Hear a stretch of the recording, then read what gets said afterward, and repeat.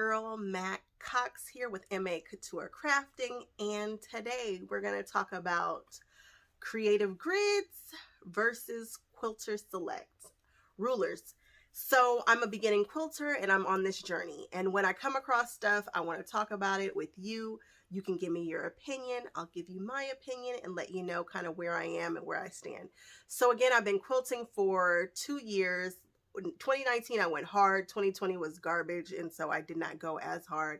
I've made like a total of 18 quilts and then a bunch of little projects. Okay, so that's where I am in my quilt world. But let me tell you something. I was looking for rulers, and the first rulers that I got were not great, and that did not help the experience. You need decent rulers when you start, period. I believe in buying the best that your money can afford when you're starting out with something, so that way you know that it's you and not what you're using. I tell people that in my arts and crafts, in every facet, buy the best that you can afford. So with that being said, I bought some rulers and they were not nice. And what I need from a ruler is mostly for it not to slip. I mean, I can work out measurements and all that. It's not a big deal. But when I came across Creative Grids, I had fallen in love. So it has this kind of a sandpaper kind of feel on the back, and then across these little dots, it's sandpaper-ish. And that's supposed to keep it from moving across your fabric. So when you add pressure to it, it shouldn't be slipping and sliding.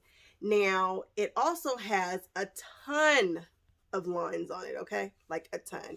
And we have black and white. So you should be able to see this on dark and light fabric.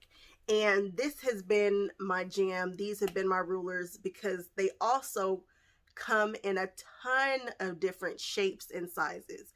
So they have all kinds of tricky stuff. And then there are, I mean, there's just so many to choose from. But like I said, I'm on a journey. And so recently I have come across Quilters Select, you guys. It has some kind of, it feels kind of silicone-esque on the back. It is just one color. It's got this kind of a haze, this yellow haze behind it. And it doesn't have any white markings, but the numbers are numbered 1 through whatever, but then they go backwards too. With Creative Grids, you're looking at, you know, whole sizes one direction, then you got to flip it the other way for the other direction. And honestly, sometimes I've gotten confused. And there's white for the lighter lines and black. And you guys, I've gotten confused. There was one day when I was staring at the ruler for I don't know how long. It also has your 45 degree, your 60 degree. And I like these rulers. Don't get me wrong. They are my jam. They've gotten me through. But Quilters Select, oh my goodness. It's what I've been grabbing for constantly. Once I got them, I went to the store. I was using it. I went back to the store. I got some more.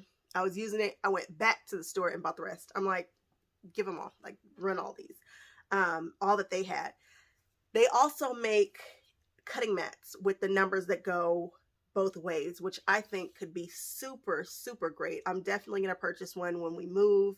Right now, my Olfa is fine. But it's got this, again, this haze. And so you're actually able to see this on black fabric. I don't have any black fabric, as well as light fabric. It only has black markings, but the numbers go 1 through whatever. So here it's going to go 1 through 5, and then the opposite direction, 1 through 5. I love these rulers, but one of the limitations is that they don't have a bunch of different sizes. They don't have as many sizes as Creative Grids. I'm spoiled. I have a lot of Creative Grids rulers, and I want to have all of these. I have a lot of them. I don't think I have all of them. But again, they don't come in a ton of different sizes. I want to say they might come in like 20, where Creative Grids probably comes in like 50 or 60. Different, and they're squares and rectangles, and Creative Grids is Dresdens and circles and triangles and whatnot. But you guys, if you haven't tried it, my favorite size, I mean, I just grabbed these sizes because they were easier to show on the camera, but my favorite size is I think it's 8 by 24. Yeah.